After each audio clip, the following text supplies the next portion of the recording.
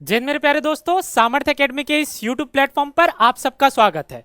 जैसा कि हमने होली के पहले देखा था, मौलिक अधिकार स्टार्ट कर दिया था इस पॉलिटी के सेशन में।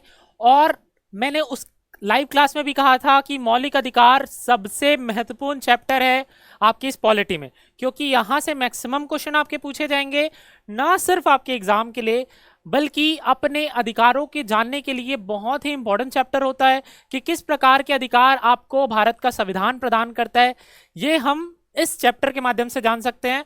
और लास्ट क्लास में हमने इसके बेसिक्स देखे थे और सिर्फ दो आर्टिकल पर डिस्कस किया था और बाकी सारी विशेषताएं देखी थी। तो एक बार रिवाइज कर लेंगे कि किस प्रकार की चीजें हमने उस समय देखी थी और आज हम क्या चीजें देखने जाएंगे। ठीक है, तो देखते हैं। तो मौलिक अधिकार, जब हम मौलिक अधिकार की बात करते हैं तो मैंने आपको ये बताया था कि मौलिक अधिकार से हमारा मतलब ये है वो अधिकार जो आपके ऑल राउंड डेवलपमेंट के लिए काम है ना। आपको किसी भी चीज, आपको आगे बढ़ना है तो उसमें जो चीज सहायक होगी वो सारे अधिकार जो आपको देता है वो मौलिक अधिकार है। उसमें बेसिक अधिकार आपको रहने का, खाने का, जीने का, आपको इधर उधर जाने का, आपको समानता का अधिकार, आपको हर चीज में नौकरी का अधिकार, ये सारे अधिकार इसके अंडर आते हैं जो हम इसमें देखने वाले हैं। ठीक है, तो अब मौलिक अधिकार की जब भी बात की जाती है तो दो तीन इंपॉर्टेंट फैक्टर्स होते हैं। जैसे कि मौलिक अधिकार को भारत के संविधान का क्या कहा जाता है? मैग्ना कार्टा कहा जाता है। Magna carta of Indian constitution, Magna carta. ठीक है, क्यों कहा जाता है मैग्ना कार्टा? क्योंकि 1215 में जो मौलिक अधिकार के लिए पहला कोई रिटर्न डॉक्यूमेंट था, है ना, वो किंग जॉन ने, अंग्रेज के, ब्रिटेन के किंग जॉन ने लॉन्च किया था और उसको कहा था मैग्ना कार्टा कहा था।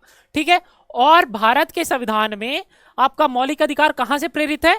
ये प्रेरित है आपके अमेरिका के बिल ऑफ राइट से, बिल ऑफ राइट से। तो अगर पूछ ले कि भारत में मौलिक अधिकार का सोर्स क्या है तो क्या सोर्स है आपका? यूएसए, यूएसए का बिल ऑफ राइट्स। ठीक है, ये चीजें हमने देखी थी। और क्या देखा था हमने? दो आर्टिकल्स देखे थे, बेसिक आर्टिकल्स। हमने देखा था आर्टिकल 12। आर्टिकल 12 में हमने क्या देखा था? राज्य की परिभाषा, राज्य की परिभाषा। जब हम राज्य की परिभाषा की बात कर रहे थे तो हमने इसमें दो तीन चीजें देखी थी। एक तो केंद्र सरकार, है ना, केंद्र सरकार में आपका कार्यपालिका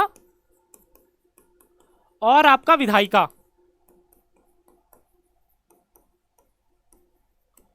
ठीक है, कार्यपालिका और विधायिका। दूसरा हमने देखा था राज्य सरकार, इसमें भी आपका आ जाएगा कार्यपालिका और विधायिका।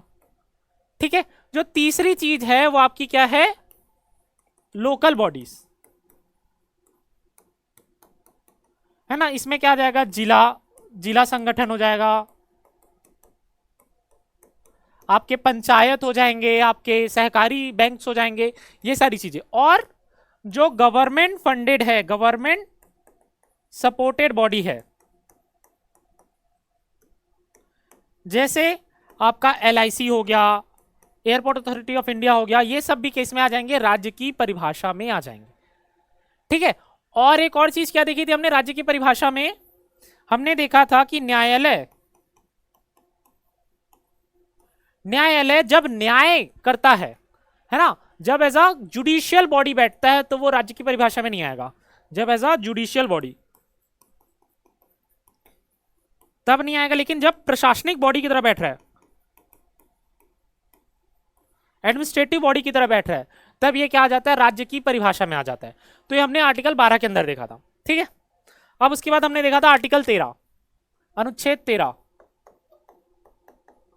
अनुच्छेद 13 में हमने देखा था, इसको बेसिकली आप बोल सकते हो कि जुडिशियल रिव्यू का आर्टिकल है ना, न्यायिक समीक्षा।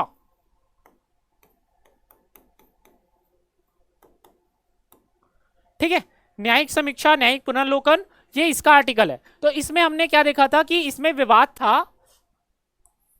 आर्टिकल 13 वर्सेस आर्टिकल 368, है ना। यानी क्या आपके आर्टिकल 368 के तहत जो संविधान संशोधन होते हैं उनको कानून माना जाता है या नहीं।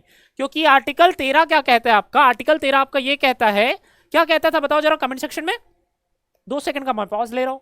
आर्टिकल 13 आपका ये कहता है कि जो भी फंडामेंटल राइट के बाद आप कॉन्स्टिट्यूशनल अमेंडमेंट करोगे वो नल एंड वॉइड हो जाएंगे, है ना। मतलब कुछ भी अगर संविधान में संशोधन कर रहे हो जो फंडामेंटल राइट के खिलाफ है, मौलिक अधिकार के खिलाफ है, तो वो फंडामेंटल राइट अपने आप खारिज हो जाएगा, वो जो संविधान संशोधन वो अपने आप खारिज हो जाएगा, ये कहता था आर्टिकल 13। तो इसके कारण अब कोर्ट में 3 केसेस बने, बहुत ही इंपॉर्टेंट 3 केसेस कोर्ट में इसके लिए आए हैं आपके, किसके लिए, आर्टिकल 13 के लिए जो 3 केसेस आए हैं। पहला जो केस था वो शंकरी प्रसाद था, शंकरी प्रसाद केस। अब इस केस में क्या कहा गया कि आपका संविधान संशोधन जो है वो कोई किसी भी कानून में नहीं आता। क्या कहा गया कि आर्टिकल 368 के तहत क्या किया गया, अगर संविधान में संशोधन किया गया है, संविधान में संशोधन किया गया है, तो यह कानून नहीं है, कानून नहीं माना जाएगा। मतलब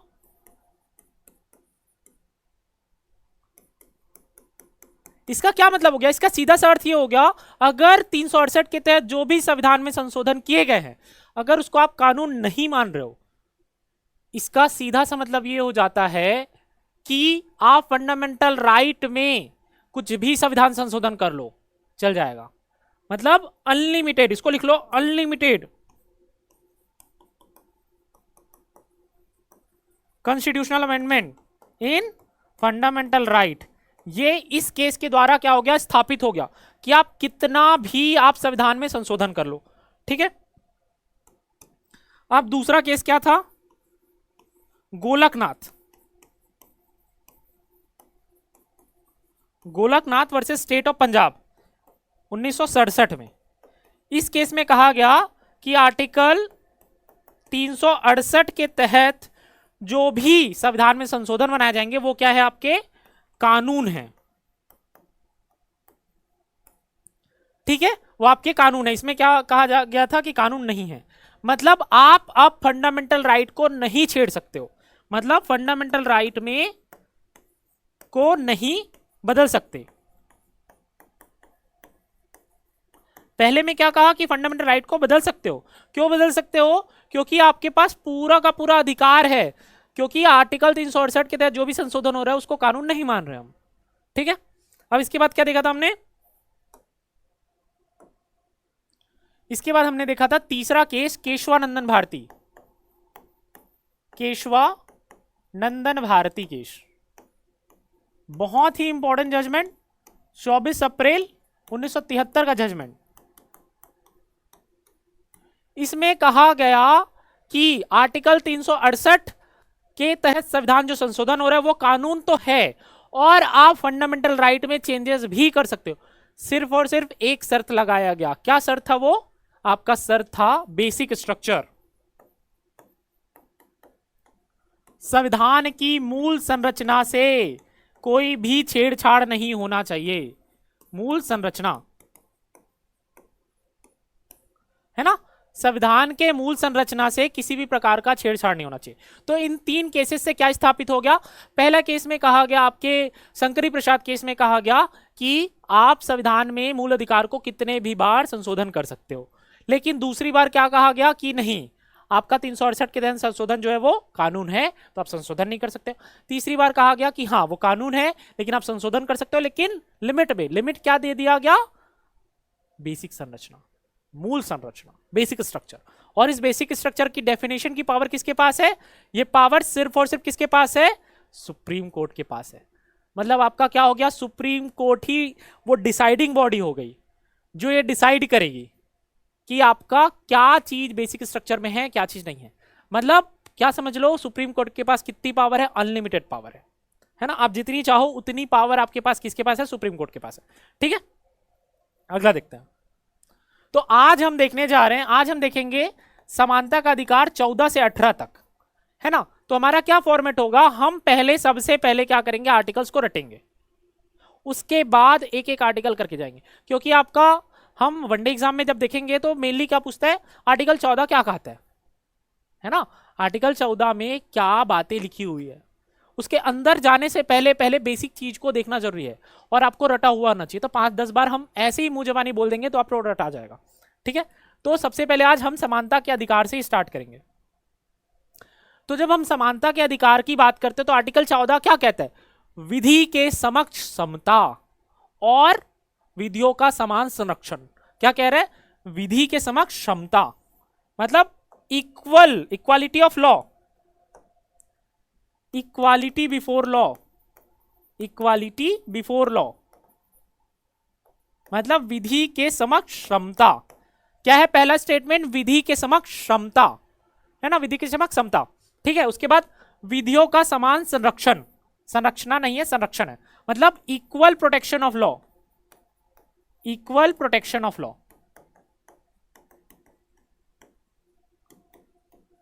आर्टिकल 14 क्या है, विधि के समान विधि के समक्ष समता और विधियों का समान संरक्षण, विधि के समक्ष समता और विधियों का समान संरक्षण, ये आपका आर्टिकल 14 है। क्या है आर्टिकल 14, विधि के समक्ष समता और विधियों का समान संरक्षण, ये हो गया आर्टिकल 14 आपका, ठीक है। अब आर्टिकल 15 क्या है, धर्म, मूलवंश, लिंग और जन्मस्थान, टोटल 5 है, 1 2 3, चौथा आ जाएगा जाति और जन्म स्थान के आधार पर विषेद प्रतिषेध है, मतलब इसके आधार पर। और देखो यहां पर अभी केवल नहीं लिखा, जब इस पे डिटेल में जाएंगे तो क्या लिखा होगा, केवल धर्म, जाति, लिंग, मूलवंश और जन्म के स्थान पर आप भेदभाव नहीं कर सकते। इसका सीधा सा अर्थ होता है बाकियों के आधार पर भेदभाव किया जा सकता है। कौन सी 5 चीजें हैं आर्टिकल 15 में, कौन सी 5 चीजों पर भेदभाव प्रतिषेध है, निषेध है, धर्म, जाति, लिंग, जन्म स्थान और आपका मूल वंश, रेस कौन सा है आपका, ठीक है। इन 5 चीजों पर आप विभेद नहीं कर सकते। फिर से बोले मेरे साथ, धर्म, जाति, लिंग, जन्म स्थान और मूल वंश, ये 5 चीजें, ठीक है। उसके बाद ये आर्टिकल 15 हो गया। आर्टिकल 16 क्या कहता है, लोक नियोजन के विषय में अवसर की समता। लोक नियोजन समझ नहीं आ रहा है, चुपचाप क्या लिखो इसको, सरकारी नौकरी, सरकारी नौकरी के विषय में अवसर की समता। सरकारी विषय, जब सरकारी नौकरी की बात आएगी तो कोई भी प्रकार का असमानता उसमें नहीं दिखना चाहिए। अब इसमें 14, 15 और 16 और 14 सब में एक्सेप्शंस है, ठीक है। इस बात को ध्यान रखना है कि सब में एक्सेप्शंस है और सबके एक्सेप्शन को देखते हुए ही चलना है, ठीक है। अब देखो आर्टिकल 17 क्या है आपका, अस्पृश्यता का अंत, यानी छुआछूत का अंत, प्रोहिबिशन ऑफ अनटचेबिलिटी, ठीक है। उसके बाद फिर लास्ट क्या है, उपाधियों का अंत। आर्टिकल 18 क्या कहता है, उपाधियों का अंत है, ठीक है। अब देखते हैं कि आपको कितना याद हुआ है ना। मैं आर्टिकल लिखूंगा, 2 सेकंड का पॉज लूंगा और आपको लिखते जाना है। Article 14, article 15, article 16, article 17, article 18। मैं 2 सेकंड हट जा रहा हूं, आपको इसको लिखना है।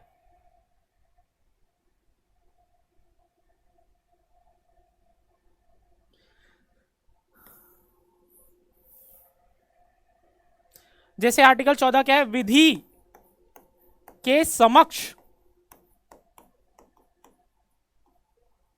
समता, है ना, इक्वालिटी बिफोर लॉ, विधि के समक्ष समता और विधियों का समान संरक्षण,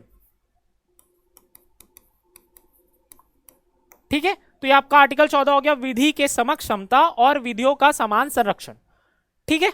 ये आपका आर्टिकल 14 हो गया। अब आर्टिकल 15 में मैंने बताया था कि 5 चीजें आपको याद रखनी है, धर्म, जाति, लिंग, मूलवंश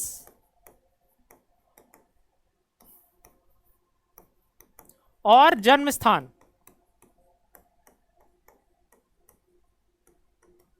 के आधार पर क्या है आपका विभेद प्रतिषेध है ना। इन पांचों के आधार पर क्या कर सकते हो आप, विभेद नहीं कर सकते हो, विभेद प्रतिषेध है।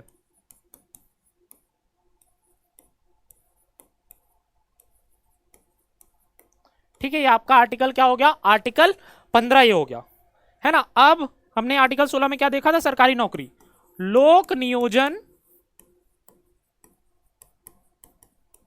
में अवसर की समता,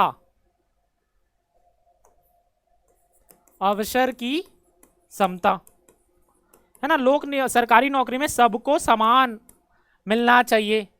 ठीक है, आर्टिकल 17 में हमने क्या देखा था, अस्पृश्यता यानी छुआछूत का अंत। ठीक है, हमने क्या देखा था, छुआछूत के अंत के बारे में बात हो रही थी। उसके बाद आर्टिकल 18 की जब बात करते हैं तो आर्टिकल 18 में हमने क्या देखा था, उपाधियों का अंत।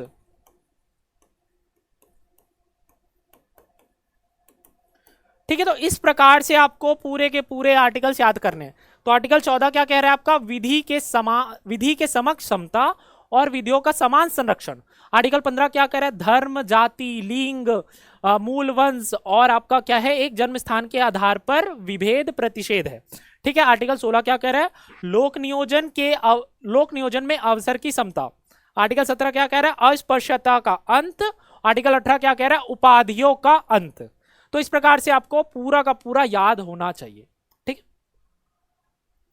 अब यह आ गया आपका आर्टिकल 14। जब आर्टिकल 14 में हमने दो चीजें देखी है, एक है विधि के समक्ष समता और दूसरा है विधियों का समान संरक्षण, है ना। इसको पढ़ने से पहले हम थोड़ा चीज देख लेते हैं। एक ऐसे लाइन ड्रॉ कर लो। हमने अगर और वाली चीज पढ़ी है, दो स्टेटमेंट पढ़ा है, एक ही लाइन में दो स्टेटमेंट था, तो उसको दोनों को तोड़ लेते हैं। विधि के समक्ष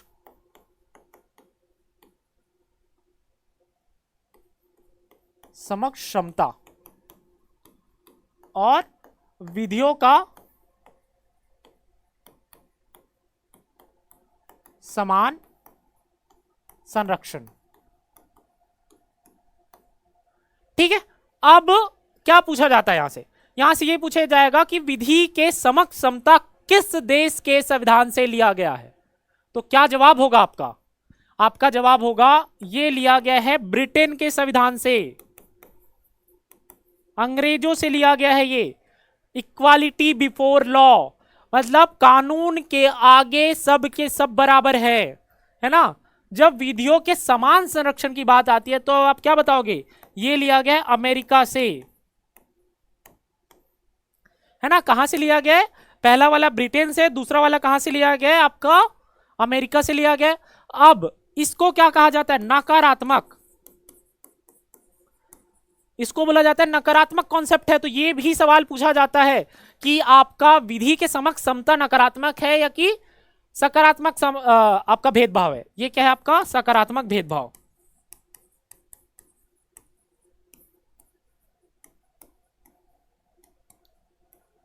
ठीक है, एक क्या हो गया आपका पॉजिटिव हो गया और दूसरा ये नेगेटिव हो गया और ये आपका पॉजिटिव हो गया। ठीक है, तो ये चीजें भी आपकी अक्सर क्या होती है, पूछ ली जाती है। अब इसका क्या मतलब है, विधि के समक्ष समता का कानून के लिए सब बराबर है।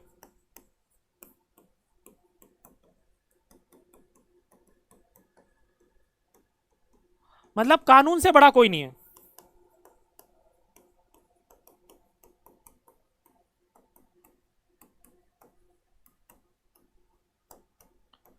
ठीक है, कानून से बड़ा कोई नहीं है। अब यहां पे जैसे मतलब इसका थोड़ा एग्जांपल समझ लो, जैसे कि इसके लिए क्या होगा कि कोई एक गरीब व्यक्ति है, कोई एक अमीर व्यक्ति है ना। अगर दोनों, एक गरीब व्यक्ति अपना पेट भरने के लिए चोरी कर रहा है और एक अमीर व्यक्ति अपने पैशन के लिए चोरी कर रहा है, तो दोनों को इक्वल ट्रीटमेंट मिलने वाली है। यहां पर अगर कानून में दोनों ही चोरी के लिए एक ही लॉ बनाया गया है, यहां पे सर्कमस्टेंसेस नहीं देखे जाएंगे। ठीक है, तो क्या हो गया, कानून के लिए सब बराबर है। ठीक है, इसके आधार पर आपकी कानून में ऐसा कोई भी ऐसा क्राइटेरिया नहीं है। ठीक है, लेकिन यहां पर क्या है, एक समान परिस्थिति में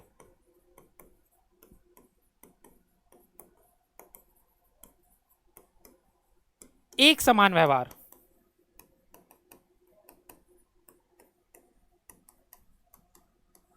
मतलब लाइक शुड बी ट्रीटेड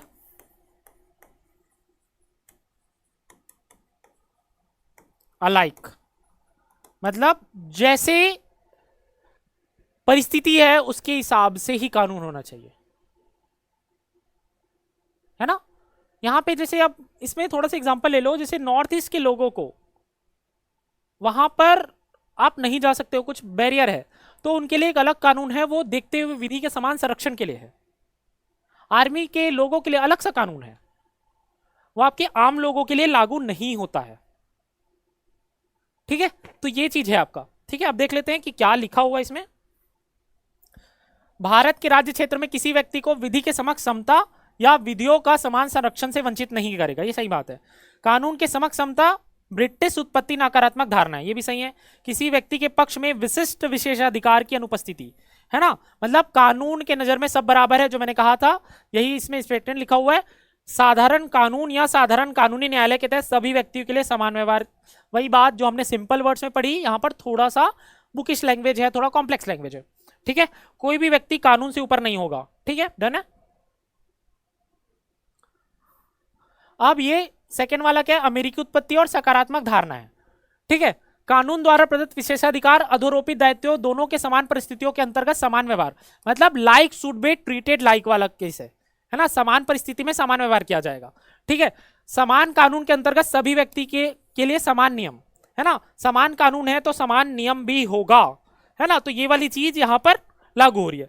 बिना भेदभाव के समान के साथ समान व्यवहार किया जाना चाहिए, like should be treated alike, है ना, वही चीजें हैं जो मैंने आपको सिंपल वर्ड्स में बताई। उच्चतम न्यायालय ने माना जहां समान और असमान लोग एक के साथ अलग अलग व्यवहार किया जाता है वहां अनुच्छेद 14 लागू नहीं होता, मतलब जहां पर समान लोगों को अलग व्यवहार मिल जाए, है ना, मैं भी उसी लेवल पे हूं, आप भी उसी लेवल पे हैं, और आपके साथ अलग कानून दिया जा रहा है, मेरे साथ अलग कानून दिया जा रहा है, तो आर्टिकल 14 वहां पे नष्ट हो जाता है, तो ये फंडामेंटल राइट का हनन हो जाता है। ठीक है, ये क्या हो जाएगा, आपके फंडामेंटल राइट का हनन हो जाएगा।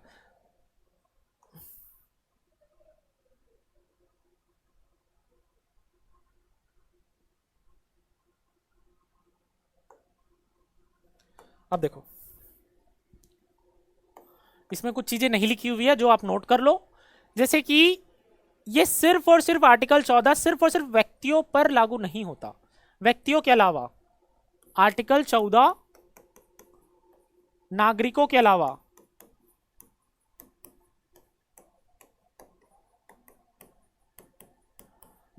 अलावा और किस पर लागू हो सकता है, ये लागू हो सकता है आपके निगम पर, कंपनी पर, कॉरपोरेशन पर, कंपनी, कॉरपोरेशन। ठीक है, अब क्या ये विदेशी नागरिकों पर भी लागू होगा, हमने पहले लेक्चर में देखा था कि कौन से आर्टिकल ऐसे हैं जो विदेशी नागरिकों पर भी लागू होंगे, तो ये क्या होगा, आर्टिकल 14 नागरिक प्लस विदेशी नागरिक, मतलब ये क्या है, आपका वैधानिक अधिकार है, लीगल राइट कह सकते हैं उसको,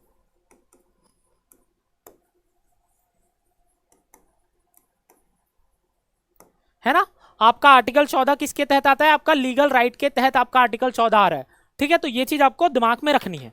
अब देखो, एक कॉन्सेप्ट होता है रूल ऑफ लॉ का, जो कि ब्रिटिश के जूरिस्ट थे, ब्रिटिश के जो न्यायालय के बहुत प्रमुख व्यक्ति थे, उन्होंने कॉन्सेप्ट दिया था रूल ऑफ लॉ का, है ना। उसके तहत 3 रूल ऑफ लॉ दिए थे, उसमें 2 रूल ऑफ लॉ भारत में लागू होता है और 1 रूल ऑफ लॉ भारत में लागू नहीं होता है, जैसे यहां पे लिखा भी हुआ होगा।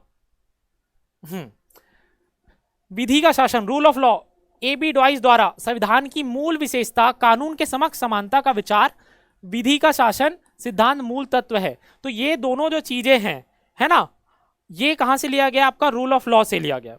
तो इसको अगर हम और अच्छे से देखें,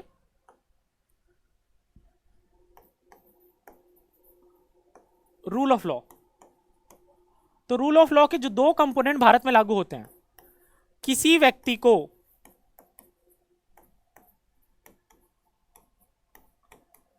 कानून के उल्लंघन के अलावा सजा नहीं दी जा सकती है ना। अगर वो कोई व्यक्ति कानून का उल्लंघन नहीं कर रहा है तो उसको कोई भी सजा नहीं मिलने वाली है ना। सिर्फ एक ही क्राइटेरिया है सजा देने का कि आप कानून तोड़ रहे हो, अलावा सजा नहीं मिल सकती है।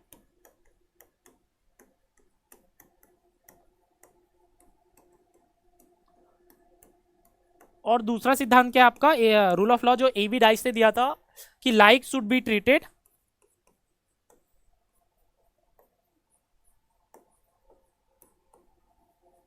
अलाइक, समान को समान तरीके से ही ट्रीटमेंट मिलना चाहिए।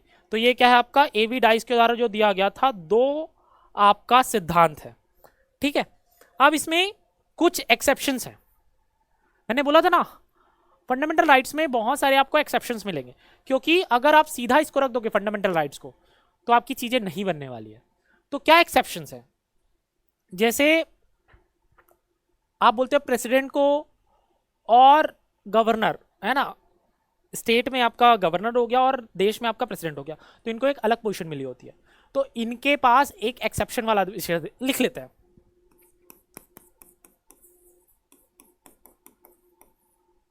किनको ये जो समता वाली बात है वहां से एक्सेप्शन मिलता है ना। क्या है, राष्ट्रपति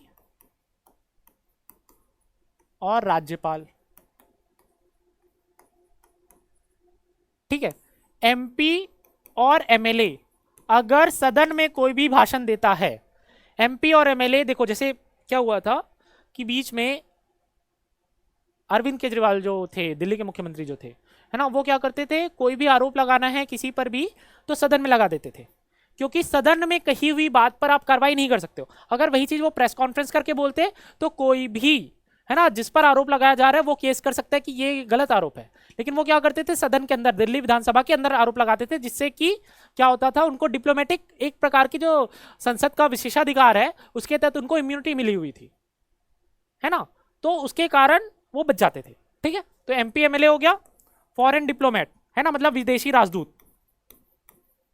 विदेशी राजदूत के पास भी एक थोड़ा सा छूट होता है ना। अगर विदेशी राजदूत है तो उसको भी एक प्रकार का छूट दिया जाता है, ठीक है। और क्या है आपका, हम किसके साथ भेद करते हैं, वुमेन और चिल्ड्रन के साथ, है ना। स्पेशल आपने देखा होगा, समान अधिकार की बात कर रहे हैं लेकिन महिलाओं के लिए स्पेशल अभी क्या, जैसे छत्तीसगढ़ में क्या चल रहा है, महतारी वंदन चल रहा है ना, महिला समृद्धि योजना चल रहा है, और आपका क्या बोलते हैं, मोर बेटी योजना चल रहा है। तो ये सारी योजना जो है महिलाओं पे फोकस्ड है। वैसे ही बच्चों के लिए, स्टूडेंट्स के लिए आपकी योजनाएं चलती रहती है, स्कॉलरशिप योजना चलती रहती है। तो ये सब क्या है, डिस्क्रिमिनेशन ही तो है, ये सब अलग अलग देना ही तो है ना। और कौन अलग है, ओबीसी, एससी, एसटी, इनको भी अलग ट्रीटमेंट दिया जा रहा है, ईडब्ल्यूएस, इनको भी क्या बोल सकते हो, एक प्रकार से अलग ही ट्रीटमेंट दिया जा रहा है। तो ये चीज भी हो गया, है ना। अब एक इंपॉर्टेंट चीज है, जब भी आपका आर्टिकल 31C आएगा, है ना, या 31G आएगा, तब आर्टिकल 14 लागू नहीं होगा।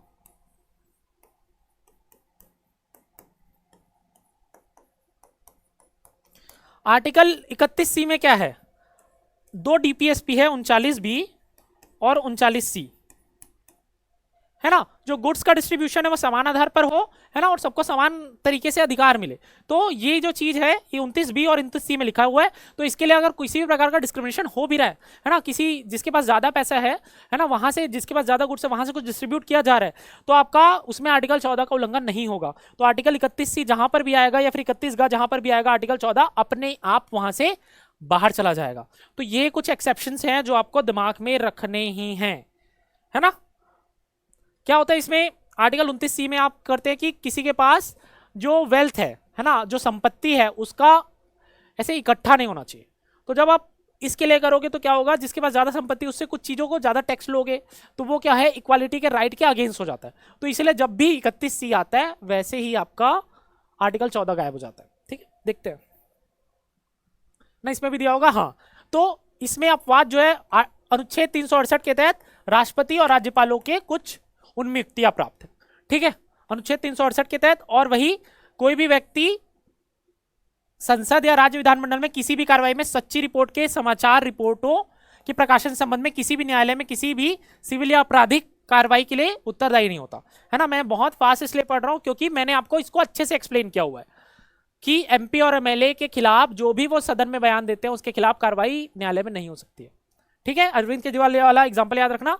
अनुच्छेद 105 संसद सदस्यों और का आपका विशेषाधिकार, संसदीय विशेषाधिकार। अनुच्छेद 194 राज्य विधानमंडल का विशेषाधिकार। ठीक है, अब अनुच्छेद 31 ग वाली बात है। उच्चतम न्यायालय का कहना है कि जहां अनुच्छेद ग प्रभावी होता है वहां अनुच्छेद 14 निष्प्रभावी हो जाता है। जो मैंने सिंपल वर्ड्स में बताया कि जहां पे 31C आएगा वहां पे आर्टिकल 14 लागू नहीं होगा। ठीक है, इस प्रावधान में अनुच्छेद 39 के खंड ख अथवा खंड ग के निहित निर्देशक तत्वों को लागू करने के लिए राज्य द्वारा बनाए गए कानून को इस आधार पर चुनौती नहीं दी जा सकती कि वे अनुच्छेद 14 का उल्लंघन करते हैं। तो ये आपका क्या है, आपका पूरा का पूरा किस प्रकार से 31C और आर्टिकल 14 का रिलेशन है, ये बहुत ज्यादा इंपॉर्टेंट है। देखो एक सवाल आएगा कि आपका फंडामेंटल राइट और डीपीएसपी में कौन ज्यादा इंपॉर्टेंट होता है, किसका लागू होना ज्यादा इंपॉर्टेंट होता है। तो यहीं पे एक्सेप्शन है, 29C ज्यादा इंपॉर्टेंट है आर्टिकल 14 से, क्योंकि जहां पे 31C आ रहा है वहीं पे ये दोनों बाहर निकल जा रहे हैं। ठीक है, तो ये वाली चीज है आपकी। अब देखो ये क्या है आपका, संयुक्त राष्ट्र संघ और उसकी एजेंसियों के राजनयिक का छूट प्राप्त।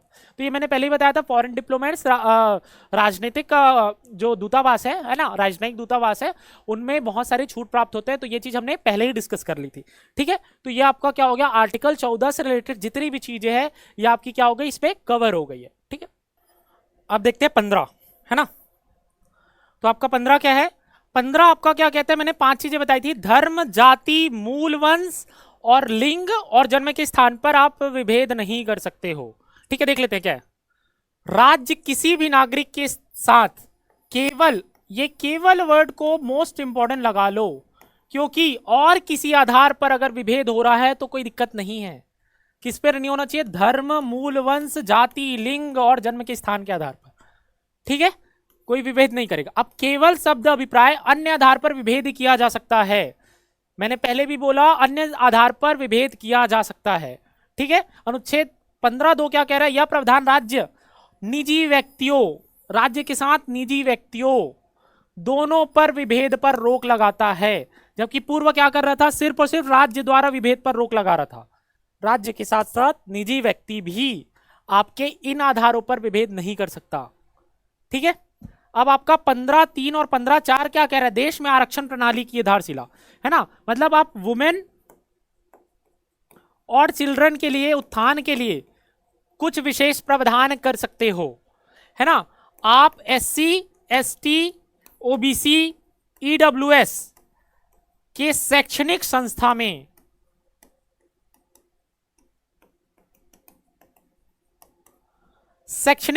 में रिजर्वेशन का प्रावधान कर सकते हो। किसमें, शैक्षणिक संस्था में। 15 देखो, 2 आर्टिकल आते हैं, 15 आता है, एक 16 आता है। तो 15 में उत्थान की बात हो रही है और उसी उत्थान में आपका शैक्षणिक संस्था आएगा है ना। मतलब जो स्कूल कॉलेजेस में जो रिजर्वेशन मिलते हैं वो किसके तहत मिल रहा है, 15 के तहत मिल सकते। लेकिन 16 की जब बात आती है, 16 में आपका आ जाएगा नौकरी के लिए आरक्षण। नौकरी के आरक्षण आपका किसमें मिल रहा है, 16 में मिल रहा है। ठीक है, तो 15 में क्या मिल रहा है आपको मिल रहा है उसके तहत आरक्षण शिक्षा के लिए है ना।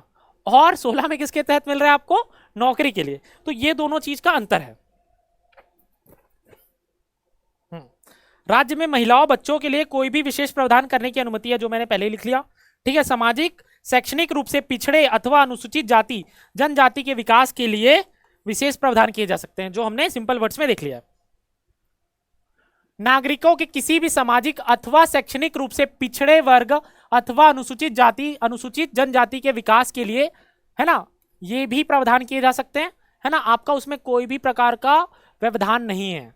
ठीक है, और क्या है, अल्पसंख्यक शैक्षणिक संस्थाओं को छोड़कर, अल्पसंख्यक है ना, माइनॉरिटी इंस्टीट्यूट में आप किसी भी प्रकार का रिजर्वेशन नहीं रख सकते। ये बहुत इंपॉर्टेंट पॉइंट है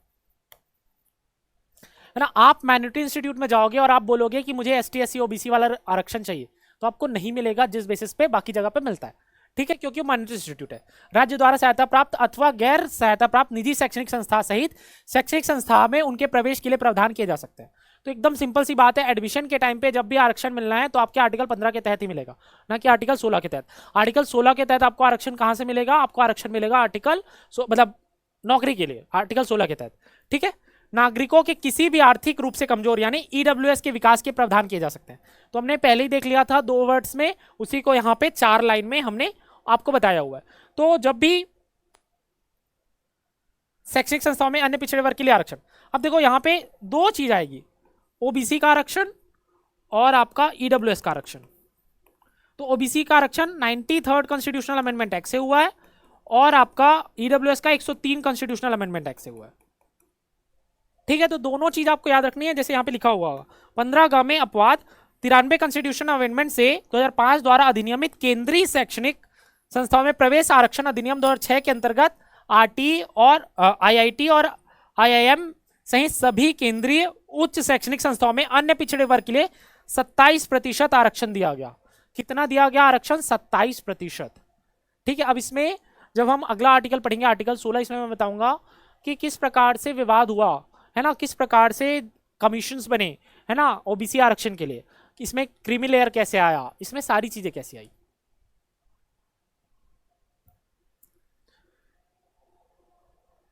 तो ये क्या हो गया आपका आर्टिकल 15 में ही हमने 3 से 4 चीजें देख ली। आर्टिकल 15 में क्या क्या आपकी चीजें शामिल है ना, और क्या क्या चीजें शामिल नहीं है। तो ये आपका आर्टिकल 15 हो गया। ठीक है, अब आर्टिकल 15 इसलिए थोड़ा छोटा लग रहा है क्योंकि आर्टिकल 16 में फिर से इसके जो एक्सेप्शंस है, इसके एक्सेप्शंस क्या क्या हैं आपके, कि किस प्रकार से ओबीसी वाला आरक्षण पूरा देखेंगे, ईडब्ल्यूएस वाला आरक्षण पूरा देखेंगे, है ना। ये दोनों आरक्षण को हम अच्छे से देखेंगे, इसके कारण क्या हो जाएगा, आपको और चीजें अच्छे समझ में आने लग जाएगी। अब देखो अनुच्छेद 16 क्या कहता है, लोक नियोजन पब्लिक एम्प्लॉयमेंट अथवा राज्य के अधीन किसी भी पद का नियोजन अथवा नियुक्ति संबंधित विषयों में सभी नागरिकों के लिए अवसर की समता होगी। किसके लिए? सभी नागरिकों के लिए, है ना।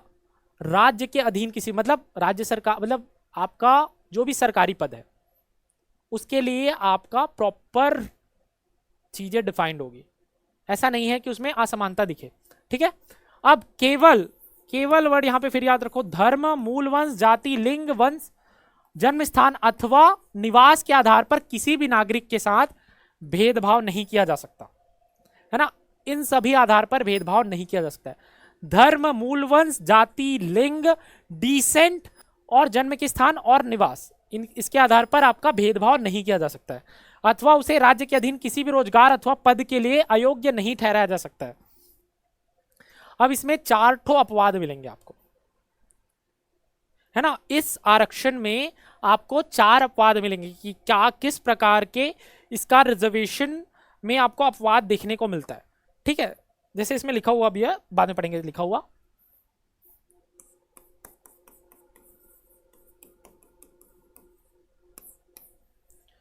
पहला अपवाद क्या है? सन ऑफ सॉइल यानी मिट्टी पुत्र का सिद्धांत, मिट्टी पुत्र का सिद्धांत।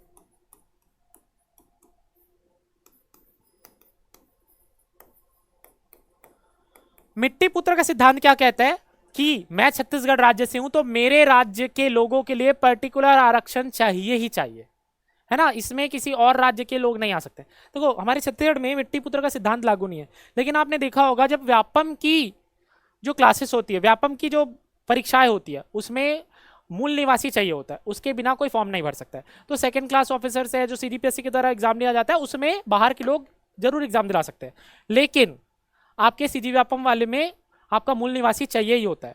ठीक है, तो हमारे यहाँ सन ऑफ सॉइल का कॉन्सेप्ट तो नहीं है, बट इनडायरेक्टली ये लागू होता है। तो ये सन ऑफ सॉइल का कॉन्सेप्ट कहां पर लागू है अभी? आंध्रा और तेलंगाना में। आंध्रा और तेलंगाना में लागू है। ठीक है, और उसके बाद फिर इसको कौन डिफाइन कर सकता है, कौन इसको लागू करवा सकता है? क्या कोई राज्य सरकार करवा सकती है या केंद्र सरकार करवा सकती है?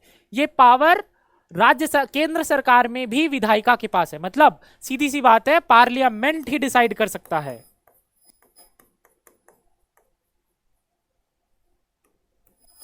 ना। पार्लियामेंट सुप्रीम बॉडी होगा जो डिसाइड करेगा। अब दूसरा क्या है? रिजर्वेशन इन अपॉइंटमेंट, मतलब जब नियुक्ति दोगे किसके लिए? फॉर ओबीसी, कहां से आया? 93 कॉन्स्टिट्यूशनल अमेंडमेंट एक्ट से ओबीसी के लिए आरक्षण आया। ठीक है, तीसरा क्या है? Reservation in appointment for EWS, 103 constitutional amendment से।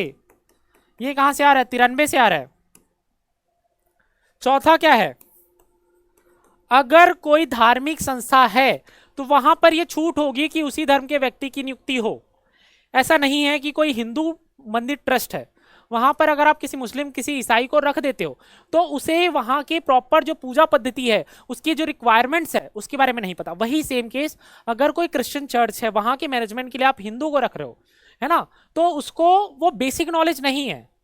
बीइंग अ हिंदू मुझे ज्यादा पता होगा मेरे धर्म के बारे में, बीइंग अ क्रिश्चियन किसी को ज्यादा पता होगा उनके धर्म के बारे में। ठीक है, तो धार्मिक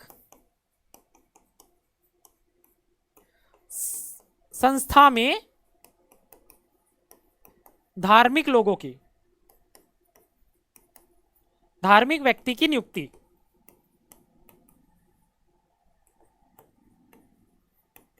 यहां पर आप ये नहीं बोल सकते हो, यहां पर ये बिल्कुल नहीं बोल सकते हो कि ये दूसरे धर्म का है तो इसकी नियुक्ति क्यों नहीं हो रही है, क्योंकि यही तो एक्सेप्शन है भैया, है ना। जब मैं एक्सेप्शन की बात कर रहा हूं तो क्या एक्सेप्शन है? यही तो एक्सेप्शन है कि आपके दूसरे धर्म की व्यक्ति की नियुक्ति नहीं हो सकती है ना। समानता की जरूर बात है लेकिन कुछ एक्सेप्शन जरूरी है, तो ये जो है वो बेसिक एक्सेप्शन है ना। अब जैसे इसमें हम बात करते हैं कि जो आपकी अवसर की समानता आती है, यहां किस किस चीज पर आती है समानता जो है, समता जो है? नौकरी में, है ना, प्रमोशन में, ठीक है, और क्या है आपका? वर्क इन्वायरमेंट में, है ना, कि वर्क का माहौल कैसा है, आपका नौकरी कैसी है ना। आपके प्रमोशन में ही आ जाएगा ग्रोथ की संभावना कैसी है, और क्या बच गया? वर्किंग एनवायरनमेंट, ग्रोथ की संभावना, और आपका कार्यस्थल में आपसी रिश्ते।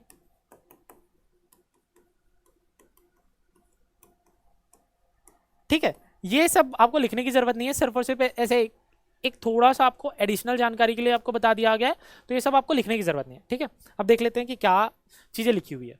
राज्य किसी ऐसे पिछड़े वर्ग के लिए जिसका राज्य में सेवाओं में पर्याप्त प्रतिनिधि नहीं है, ठीक है, ओबीसी है ना, ओबीसी की बात, अगर उसमें पर्याप्त प्रतिनिधित्व तो नहीं है तो आप नियुक्ति अथवा पदों में आरक्षण का प्रदान कर सकते हैं, है ना। इस बात को ध्यान रखो, प्रतिनिधित्व नहीं है, पर्याप्त प्रतिनिधित्व नहीं है। ठीक है, कानून के तहत यह व्यवस्था की जा सकती है किसी धार्मिक अथवा सांप्रदायिक संस्था में संबंधित कार्यालय का पदाधिकारी अथवा उसके शासी निकाय का सदस्य किसी धर्म विशेष अथवा संप्रदाय संबंधित हो, जो हमने देख लिया। यहां पे ओबीसी डब्ल्यूएस वाली बात हो गई। ठीक है, अब हम देखते हैं कि जब आपका ओबीसी कमीशन की बात होती है ना, ओबीसी कमीशन की बात, national commission for backward class, है ना, इसका उद्भव कहां से हुआ, इसकी शुरुआत कहां से हुई, national commission for backward class की। ठीक है, तो आर्टिकल 340 है एक, उसमें आपका आयोग बनाने का नियम है। तो 1953 में पहली बार काका केलकर की अध्यक्षता में एक आयोग बनाया गया जो कि बैकवर्ड क्लास को डिफाइन करता, है ना, उसकी समीक्षा करता कि कैसे किस प्रकार से बैकवर्ड क्लास है ना, किस प्रकार से बैकवर्ड क्लास है, इसकी समीक्षा करने के लिए काका केलकर की अध्यक्षता में एक समिति बनाई गई। कब बनाई गई? आपका 1953 में। ठीक है, ये पहला ओबीसी आयोग था। उसके बाद 1979 में दूसरा कमीशन बनाया गया बीपी मंडल की अध्यक्षता में, मंडल कमीशन के नाम से जाना जाता है ना, बीपी मंडल कमीशन बहुत ही ज्यादा फेमस कमीशन है, क्योंकि इस कमीशन ने देश की दशो और दिशा बदल दी, देश की राजनीति बदल दी, है ना। जो यूपी बिहार में जो क्षेत्रीय पार्टी का उदय हुआ, लाइक समाजवादी पार्टी का उदय हुआ आपका उत्तर प्रदेश में, बीएसपी का उदय हुआ आपका उत्तर प्रदेश में, जो आरजेडी का उदय हुआ आपका नीतीश कुमार वाली पार्टी का, जेडीयू का उदय हुआ बिहार में, ये जो उदय हुआ इन सब का, ये ना इसका ही प्रमाण था, इसके कारण ही ये लोग सत्ता में आए, जो आरक्षण मिला ओबीसी आयोग के कारण, है ना, क्योंकि जो राजनीति इनकी मेनली बेस्ड है बैकवर्ड क्लास पे, है ना, जो बैकवर्ड क्लास की राजनीति के कारण ही, जैसे जब यूपी की बात करते हैं तो यूपी में यादव बहुत डोमिनेंट कास्ट है ना, तो उनको रिप्रेजेंट करते थे मुलायम सिंह यादव, तो वहां से सत्ता को अपने हाथ में लिया। उसी तरह आरजेडी आपका किसको रिप्रेजेंट कर रहे थे, यादवों को रिप्रेजेंट कर रहे थे बिहार में, वहां से सत्ता उनके हाथ में आई। तो वो बैकवर्ड क्लास का एक ऐसा समय था जहां पे बैकवर्ड क्लास को काफी ज्यादा प्राइम इंपॉर्टेंस दिया गया राजनीतिक पृष्ठभूमि पर, है ना। तो ये रीजन ही यही था कि आरक्षण लागू हो गया, है ना। आपका 1979 में ही आपका क्या हो गया, इसका रिपोर्ट पेश किया गया आपका 1980 में, है ना। इसमें कहा गया 27% आरक्षण देना है। अब अगर ये पूछ ले इसका आधार क्या था, 3 आधार पर ये किया गया था। शैक्षिक आधार कि कितने पढ़े लिखे हैं, सामाजिक अधिकार आधार, और आर्थिक, है ना। 3 तरीके से देखा जाता, क्या बैकवर्ड क्लास आर्थिक आधार पर पिछड़ा हुआ है, क्या सामाजिक अधिकार पर पिछड़ा हुआ है, क्या आपका शैक्षिक आधार पर पिछड़ा हुआ है। तो इन तीनों क्राइटेरिया में जो लोग भी मैच खा रहे थे उनको क्या किया जा रहा था, उनको इसमें ऐड किया जा रहा था, है ना। तो ये चीज थी आपकी। आप देखो यहां पर आपका 1980 में रिपोर्ट बनकर तैयार है ना, लेकिन 1980 में ये आपका लागू नहीं होने वाला है, ये आपका लागू होगा 1990 में। 1990 में वीपी सिंह की गवर्नमेंट आएगी, विश्वनाथ प्रताप सिंह, है ना, वो लागू करेगी 27% आरक्षण, है ना। विश्वनाथ प्रताप सिंह बहुत ज्यादा फेमस इसीलिए हैं क्योंकि इन्होंने ओबीसी आरक्षण लागू किया 27% वाला, है ना। अगर ये ओबीसी आरक्षण 27% वाला लागू नहीं करते तो हार्डली ये 1 साल भी नहीं थे, है ना। तो इनको उतना उस तरीके से जानने को नहीं मिलता हमको, ठीक है। तो इनका बहुत बड़ा योगदान ही यही था कि इस प्रकार से इन्होंने आरक्षण लागू किया। अब 1991 में कांग्रेस की सरकार बनी पीवी नरसिम्हा राव की, पीवी नरसिम्हा राव की सरकार बनी। अब जब पीवी नरसिम्हा राव की सरकार बनी तो इन्होंने 2 चेंजेस किए। पहला चेंज इन्होंने कहा कि 27% आरक्षण में भी जो गरीब लोग हैं उनको ज्यादा प्रेफरेंस दिया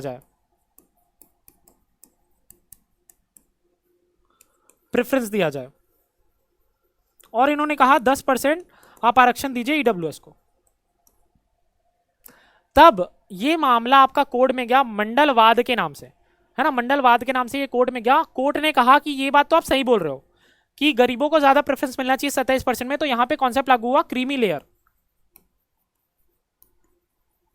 यहां पे क्रीमी लेयर का कॉन्सेप्ट लागू हुआ। लेकिन 10% ईडब्ल्यूएस का आरक्षण जो आज लागू हो गया है उस समय पर इसको कैंसल आउट कर दिया गया कि ऐसा कोई जरूरत नहीं है, है ना, क्योंकि हमारा जो मेन आरक्षण का अधिकार है वो सामाजिक अधिकार है। तो ईडब्ल्यूएस को हम ऐसा नहीं देखते, जनरल जो कैटेगरी है वहां पे हमको ऐसा कोई सामाजिक अधिकार नहीं दिखता है ना, आधार नहीं दिखता है। ठीक है, देख लेते हैं।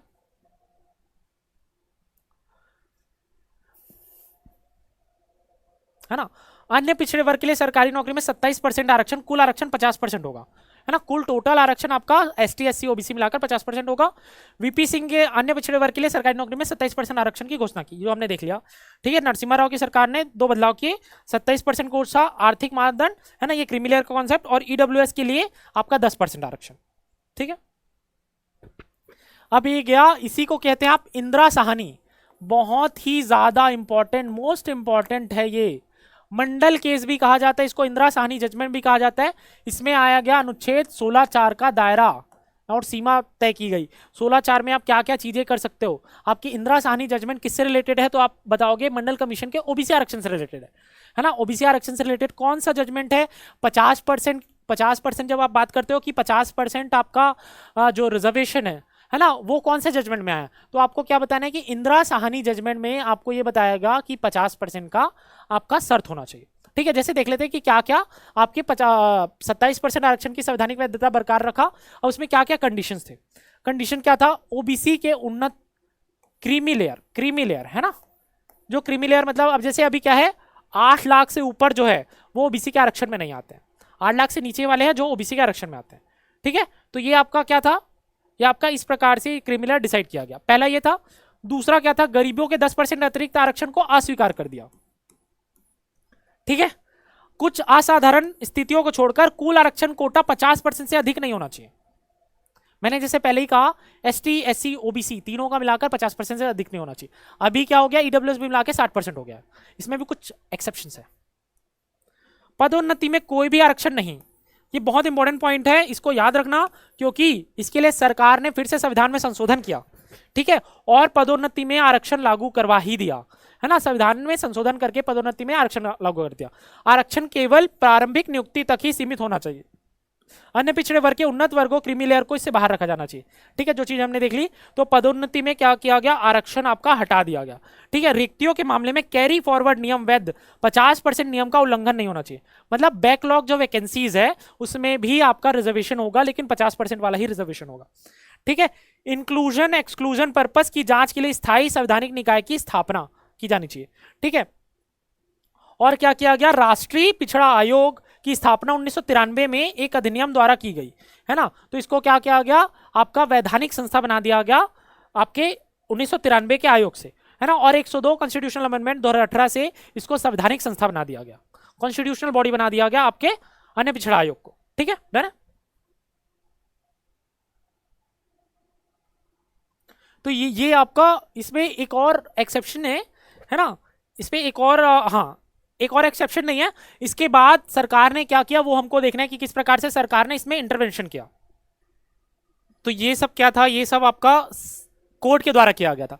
तो सरकार ने, देखो जब भी मैंने बताया था ना कि लगातार कोर्ट और सरकार का ट्रशल चलता रहता है, तो अब क्या हो गया, कोर्ट ने तो बोल दिया, दो तीन चीजें बोल दी, इसके लिए बोला कि क्रीमी लेयर के लिए कुछ आयोग बना दो।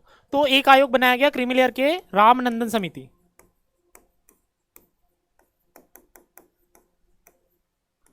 है ना। रामनंदन समिति बनाई गई क्रीमी लेयर के डिफाइन करने के लिए कि कितना जो प्रतिशत होगा, कितनी इनकम होगी वो क्रीमी लेयर कहलाएगी और कितना नहीं कहलाएगा। इसके बाद सरकार ने क्या किया, 2-3 कॉन्स्टिट्यूशनल अमेंडमेंट लाए, है ना, जिसमें 16(4) को डिफाइन किया गया, 16(4) का दायरा तय किया गया। तो सरकार ने क्या किया, 16(4)A लाया और 16(4)B लाया, है ना। 16(4)A में आपका 77 constitutional amendment, 85th constitutional amendment, और इधर 81st कॉन्स्टिट्यूशनल अमेंडमेंट। इसको डिटेल में देखेंगे कि इस प्रकार से सरकार ने क्या किया, ठीक है।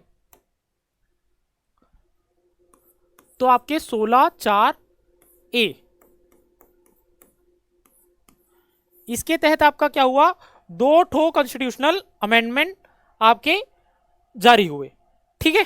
तो उसके पहले आपका क्या था, ये आपका 16(4) तक ही था। इसमें 77 कॉन्स्टिट्यूशनल अमेंडमेंट में कहा गया, क्या कहा था, एक जो डिसीजन था इसका, देखो पदोन्नति में कोई आरक्षण नहीं, मैंने इसलिए इसको इंपॉर्टेंट करवाया था। इस डिसीजन को रिवर्स किया गया, इस डिसीजन को रिवर्स किया गया और क्या कहा गया 77 कॉन्स्टिट्यूशनल अमेंडमेंट में कि आप एससी और एसटी के लिए पदोन्नति में भी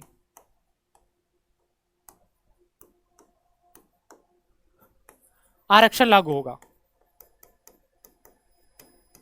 किसके लिए, एससी और एसटी के लिए पदोन्नति में भी आरक्षण लागू होगा। तो ये बहुत इंपॉर्टेंट कॉन्स्टिट्यूशनल अमेंडमेंट है, 77 कॉन्स्टिट्यूशनल अमेंडमेंट। क्यों इंपॉर्टेंट है, क्योंकि इसने डिसीजन रिवर्स कर दिया आपके इंदिरा साहनी वाले जजमेंट का। इंदिरा साहनी में जो क्राइटेरिया दी गई थी उसका डिसीजन रिवर्स कर दिया गया, ठीक है। इसके बाद एक आएगा 85 constitutional amendment, 85th constitutional amendment. इसका क्या काम था, इसने बोला कि आप क्या बोल रहे हो कि पदोन्नति में वरिष्ठता सूची, है ना। तो वरिष्ठता सूची पहले क्या किया जाता था, आप कहां से ले रहे थे वरिष्ठता सूची, कि जब आप वहां पे आप पद में चयनित हो रहे थे। अभी वरिष्ठता सूची कहां से लेनी है,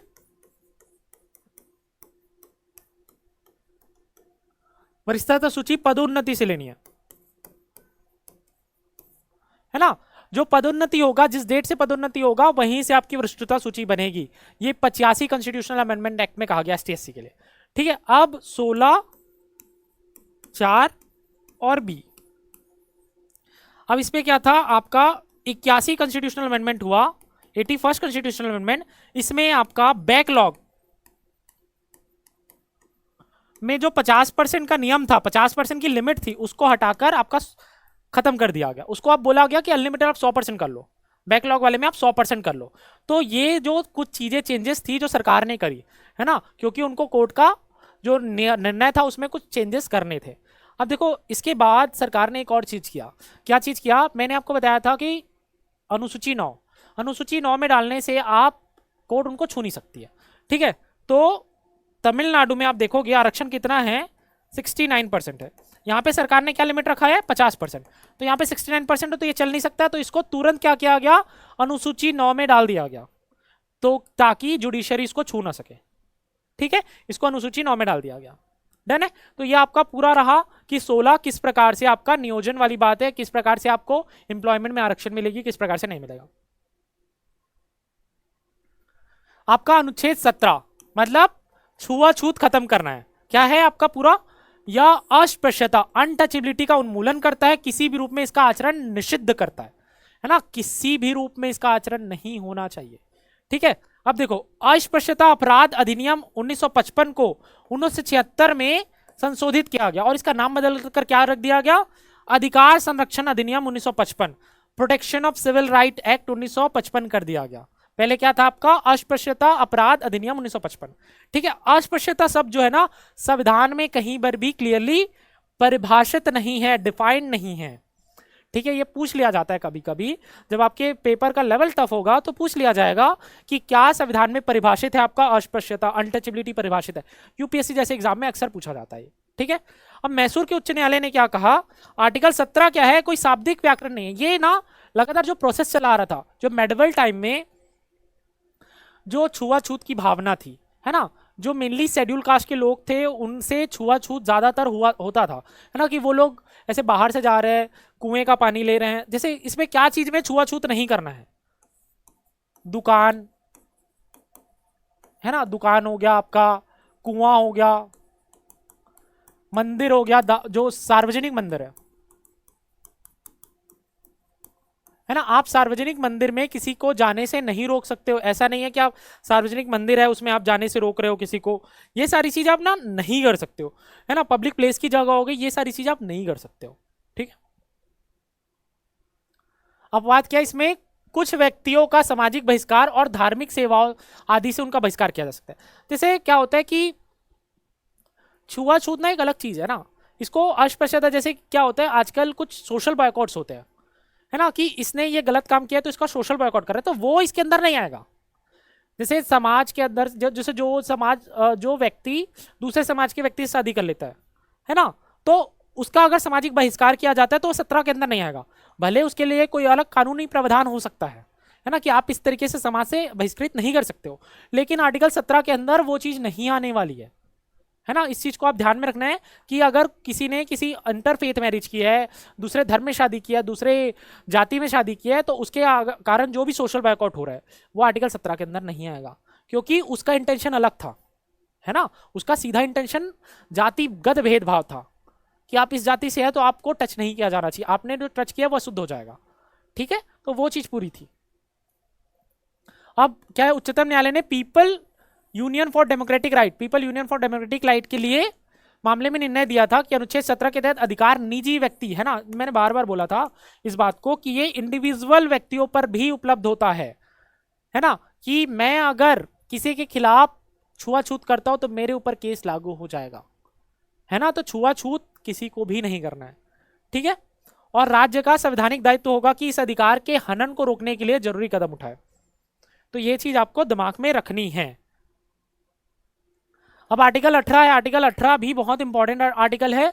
ये क्या है, उपाधियों का अंत। आर्टिकल 18 उपाधियों का अंत करता है तथा इस संबंध में 4 प्रावधान करता है। कौन कौन सी उपाधियां हैं जिसका अंत किया जा रहा है, क्या क्या है, या राज्य द्वारा किसी नागरिक अथवा विदेशी व्यक्ति को उपाधि, कौन सी उपाधि को छोड़कर जो शैक्षणिक उपाधि मिलती है, शैक्षणिक उपाधि कौन सी मिलती है, डॉक्टर की उपाधि मिलती है, प्रोफेसर की उपाधि मिलती है ना, और सेना की उपाधि मेजर, ब्रिगेडियर, ये सारी उपाधि मिलती है। प्रदान किए जाने पर प्रतिषेध करता है, बाकी सारी चीज का उपाधि नहीं होगा, ये दोनों का उपाधि हो सकता है। ठीक है, या भारत के किसी नागरिक विदेशी नागरिक को कोई उपाधि प्राप्त करने का प्रतिषेध करता है। ठीक है, कोई विदेशी राज्य के अधीन लाभ अथवा विश्वास के किसी पद को धारण करते हुए, है ना, कोई भी विदेशी जो है हमारे भारत के अंदर कोई लाभ का पद धारण करते हुए विदेशी राज्य से कोई भी उपाधि राष्ट्रपति की सहमति के बिना स्वीकार नहीं कर सकता, है ना, कि कोई भी विदेशी जो है राष्ट्रपति की सहमति के बिना अगर लाभ का पद धारण किया हुआ है भारत में, तो आपका क्या कर सकता है, वो कोई भी उपाधि धारण नहीं कर सकता। राज्य के अधीन लाभ अथवा विश्वास का पद धारण करने वाला कोई नागरिक अथवा विदेशी व्यक्ति किसी भी विदेशी राज्य अथवा उसके अधीन किसी भी रूप से भेंट, परिलब्ध अथवा पद राष्ट्रपति की सहमति के बिना नहीं स्वीकार करेगा। इसमें क्या है, भेद भी है, परिलब्ध भी है और पद है ना। वहां पर क्या था, सिर्फ और सिर्फ उपाधि थी, है ना। यहाँ पर भेद, परिलब्ध और पद है, तो इसको भी धारण नहीं किया जा सकता है। ठीक है, तो ये चीज को आपको दिमाग में रखना है। ठीक है, अगला क्या है, अब देखो यहां पर एक केस हुआ था। क्या केस था, बालाजी राघवन मामला 1996 में उच्चतम न्यायालय में कहा गया कि भारत रत्न, आपका भारत रत्न, पद्म विभूषण, है ना, पद्मश्री जैसे जो राष्ट्रीय पुरस्कार है वो संवैधानिक वैधता को वैध ठहराया गया, है ना। इसमें कहा गया कि ये क्या है, उपाधि नहीं है, ये आपका पुरस्कार है ना। इसको क्या कर सकते हो आप, नाम के पहले या नाम को बाद में नहीं लगा सकते हो। जैसे सचिन तेंदुलकर क्या है, भारत रत्न, तो उनके आधार कार्ड पर नहीं लिखा होगा कि भारत रत्न सचिन तेंदुलकर, सिर्फ सचिन तेंदुलकर लिखा होगा। पद्मश्री ऐसे नहीं लिखा होगा, तो ये सिर्फ पुरस्कार है। तो उच्चतम न्यायालय ने कहा कि ये पुरस्कार अनुच्छेद 18 के अर्थ में उपाधि नहीं है, जो केवल कुलीनता के वंशानुगत उपाधि, क्या क्या है उपाधि, महाराजा, राजा राज, राय बहादुर, राय साहब, दीवान, इसको प्रतिबंधित करता है। 18 किसको प्रतिबंधित कर रहा है, इनको प्रतिबंधित कर रहा है ना। इन्हें पुरस्कार विजेता के नाम के साथ प्रत्यय यानी जो प्रीफिक्स है और सफिक्स है, उपसर्ग के रूप में उपयोग नहीं किया जाए, अन्यथा उन्हें पुरस्कार को त्यागना होगा।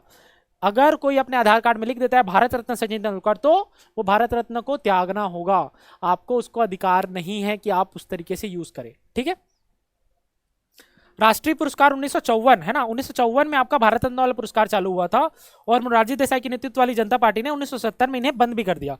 उसके बाद इंदिरा गांधी जब 1980 में आई, फिर से इनको चालू कर दिया गया। ठीक है, तो ये बेसिक फैक्ट था जो आपके लिए जरूरी था। ठीक है, तो ये आपका पूरा का पूरा क्या हो गया, हमने देख लिया आर्टिकल 12, 13 लास्ट क्लास में देखा था, 14 से 18।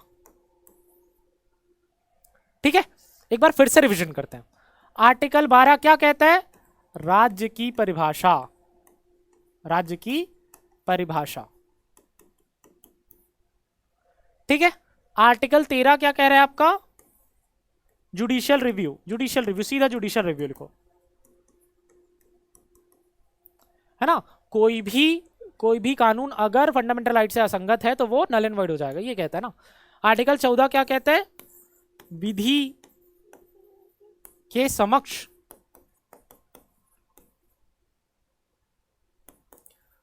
समता और विधियों का समान संरक्षण।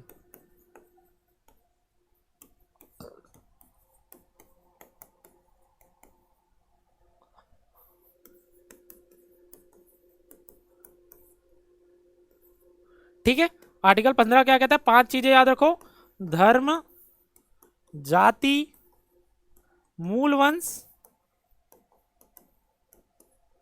और लिंग एवं क्या है, जन्म स्थान। इनके आधार पर क्या है आपका विभेद, क्या है, निषेध है ना। इन 5 के आधार पर आप विभेद नहीं कर सकते हो। ठीक है, 16 क्या था आपका, लोक नियोजन, मतलब सरकारी नौकरी में अवसर, अवसर किसको देना है, समान देना है, अवसर की समता। ठीक है, 16 तक हो गया। अब 2 और आर्टिकल हमने पढ़ा, क्या पढ़ा, 17 और 18 क्या पढ़ा हमने, देख लेते हैं 17 और 18। छुआछूत का अंत यानी अनटचेबिलिटी, एवोल्यूशन ऑफ अनटचेबिलिटी या अस्पृश्यता, अस्पृश्यता का अंत, है ना, इसकी बात हुई हमारी। और 18 क्या था हमारा, उपाधि का अंत।